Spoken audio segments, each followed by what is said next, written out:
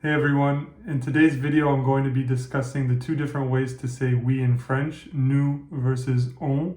And before I get started, I'd like to ask you guys to please subscribe to my channel to help my channel grow. I'll be making a video once per week in the coming weeks, and I'll be focusing on tips and different lessons to help really improve your French. So definitely subscribe to stick around. Now, when we first start learning French, we typically learn that we in French is nous, and it is indeed the proper pronoun to say we in French. However, in the large majority of cases in everyday life in France, we use on to say we instead of nous. So nous is actually a very rare case in spoken French. It has its place, it can be used, but it's more or less reserved for more formal instances, whereas on is used in every other instance practically. So just to recap, from a conjugating standpoint, on is always conjugated in the third person singular. So if we're using the verb parler, for example, to speak,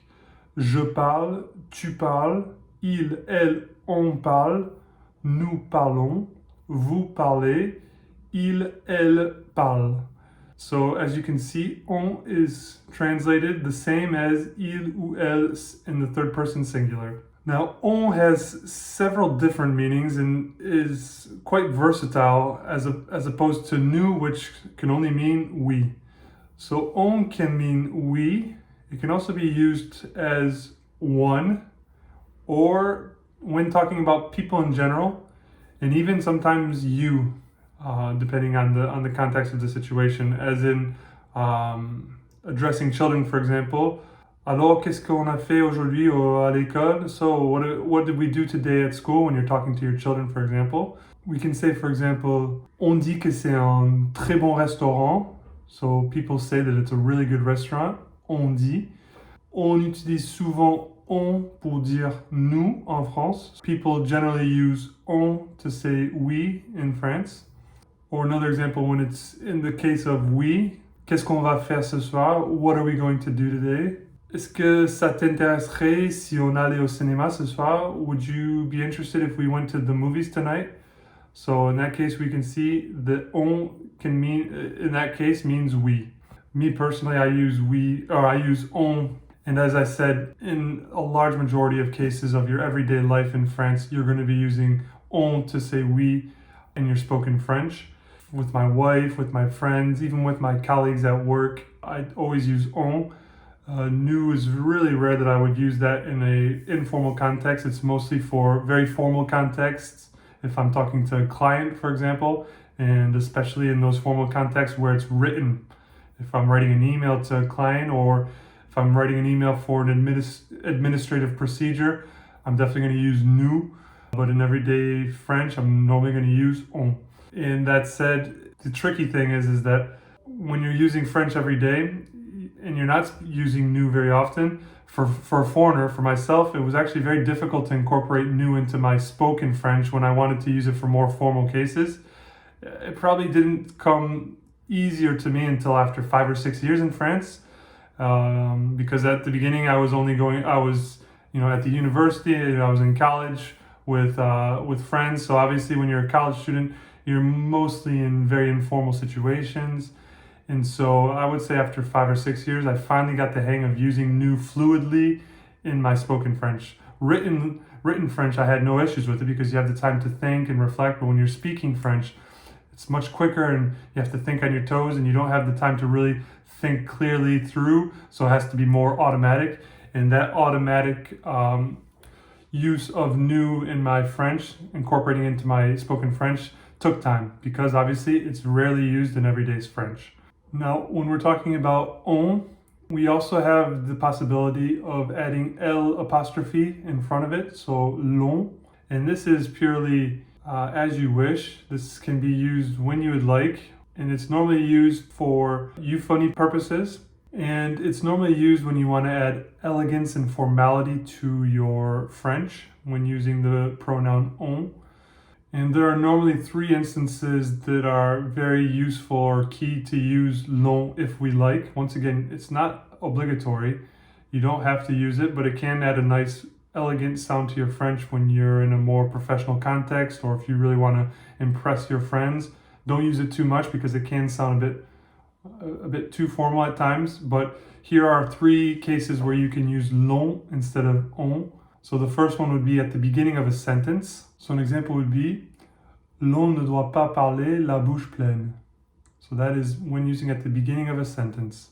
The second instance where it's really good to use l'on is when on is followed by a word with a vowel sound at the end.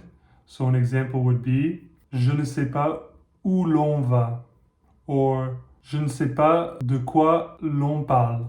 So that's when on succeeds a word that ends with a vowel sound. And the third instance would be whenever you are avoiding the sound con, because as we know in French, con is a gros mot, so it's a bad word, which can mean idiot or imbecile, but it's quite strong, so you don't want to call anyone a con using it lightly. So, and it can also, it's not a very pleasant sound. So for example, j'espère qu'on aura le temps de parler. You could say, j'espère que l'on aura le temps de parler, and that avoids that con sound. J'espère qu'on aura le temps de parler. J'espère que l'on aura le temps de parler. Once again, it's purely optional. You don't have to use it. And I personally rarely use l'on. I use j'espère qu'on aura le temps de parler. Even if it has that con sound, for me, it doesn't really bother my ears. I think in Marseille in general, it's rarely used in spoken French, but definitely in written French. And there are cases though when you can use it in your spoken French, as I said, to sound a bit more elegant, a bit more professional, and it's nicer on the ears. J'espère que l'on aura le temps de parler sounds slightly better than j'espère qu'on aura le temps de parler. As I previously mentioned, this is purely optional. But however, there are 2 instances when you cannot use l'on for phonetic reasons. So in the first instance where we cannot use l'on is when it succeeds don. So an example would be c'est ce dont on parlait. It would be wrong and it wouldn't sound right or good to the ear if you said c'est ce dont l'on parlait. Dont l'on parlait, it's very clumsy. So in that, after don, we have to say on. C'est ce dont on parlait, because we have that liaison with the T. Ce dont on parlait. So after don, we must use on. Dont on parlait.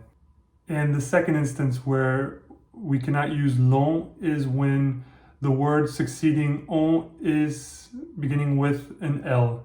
Once again, for purely phonetical reasons, it doesn't sound right, so we cannot use l'on. An example would be on l'a appelé. We called him or her. Instead of l'on l'a appelé, it sounds very clumsy, so we would say on l'a appelé. Another example would be j'ignore si on louera une voiture. I don't know if we're going to rent a car, or I'm not aware if we're going to rent a car. There you have it, guys. I hope this is helpful for you. Once again, remember, when you're in France using your spoken French in everyday context, a large majority of the time you're going to be using on for oui.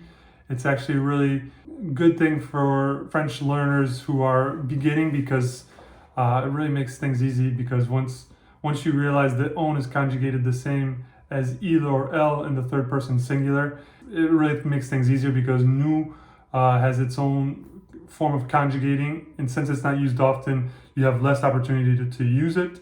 So obviously, as I said, it has its uses, so don't neglect nous. It's difficult to fully understand the nuances of when to use nous or on without living in the country, obviously, but when in doubt, on is a safe play, and with time you'll get the sense of when it is an appropriate time to use nous.